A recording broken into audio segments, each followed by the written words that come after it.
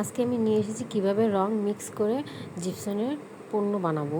চলুন শুরু করি। প্রথমে এখানে আমি 1 কাপ পানি নিয়েছি, তার সাথে আমি এখানে পিডিডিং কালার দিয়েছি, দিয়ে এটাকে আমি ভালোভাবে মিক্স করে নিব। নেওয়ার পরে আমি এখানে জিপসামের পাউডারটা দেবো। আমি 1 কাপের সাথে 2 কাপ জিপসাম পাউডার দেবো। সবসময় মনে রাখবেন, যতটুকু পানি নেবেন তার ডাবল জিপসাম দিবেন, ঠিক আছে? এখানে আমি এখন 1 কাপ জিপসাম মিক্স করে নিচ্ছি। আমি স্পিডটা বাড়িয়ে দিয়েছি। তারপরে এখানে আমি মিক্স করে নেওয়ার পরে এটা আগে হালকা রং আসছে বিধে আমি এখানে আরেকটু কালার দিয়েছি, দিয়ে এটাতে আমি আবার 1 কাপ জিপসাম দিয়ে দিব। দিয়ে এটাকে আমি ভালোভাবে মিক্স করে নেব।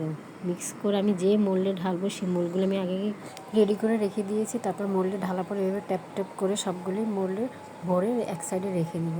যতক্ষণ না ঠান্ডা না হয় ততক্ষণ পর্যন্ত আমি অপেক্ষা করব। অপেক্ষা করার পরে ঠান্ডা হলে এগুলিকে সবগুলি মোল্ড আউট করে ফেলবো, ঠিক আছে? আপনাদের সুবিধাতে আমি কয়েকটা দেখিয়ে দিয়েছি, এখন আবার মোল্ড আউট করে দেখাচ্ছি।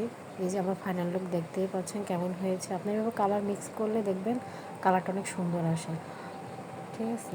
যেটা আমি সাদাটা গতকালকে দেখিয়েছি সেটাও আমি আপনাদেরকে আবার রং করে দেখাবো, সে অপেক্ষায় থাকেন।